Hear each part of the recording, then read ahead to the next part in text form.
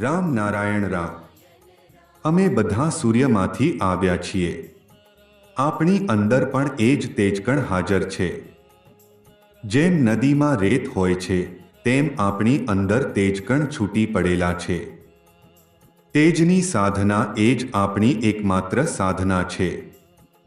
તેને પ્રાપ્ત કરી શકાય તો બધું જ પ્રાપ્ત કરી શકાય. આ દૃશ્ય જગતમાં મૂલાધાર, સ્વાધિષ્ઠાન, મણિપુર, અનાહત, વિશુદ્ધ, આજ્ઞા અને સહસ્રાર સ્થિત છે. આ દેહ વીણા સમાન છે. આ શરીર અનંત સૂરોનું પ્રતિનિધિત્વ કરે છે. આ દેહને વગાડવા માટે મંત્રની જરૂર હોય છે. જેમ ગાયક ખ્યાલ અને ઠુમરીમાં આ તેના નાનાધીન કરે છે. એ આ પછી માત્ર ગતિ બચી રહે છે. મહાસૂરમાં સમાઈને ગાન ચાલુ રહે છે.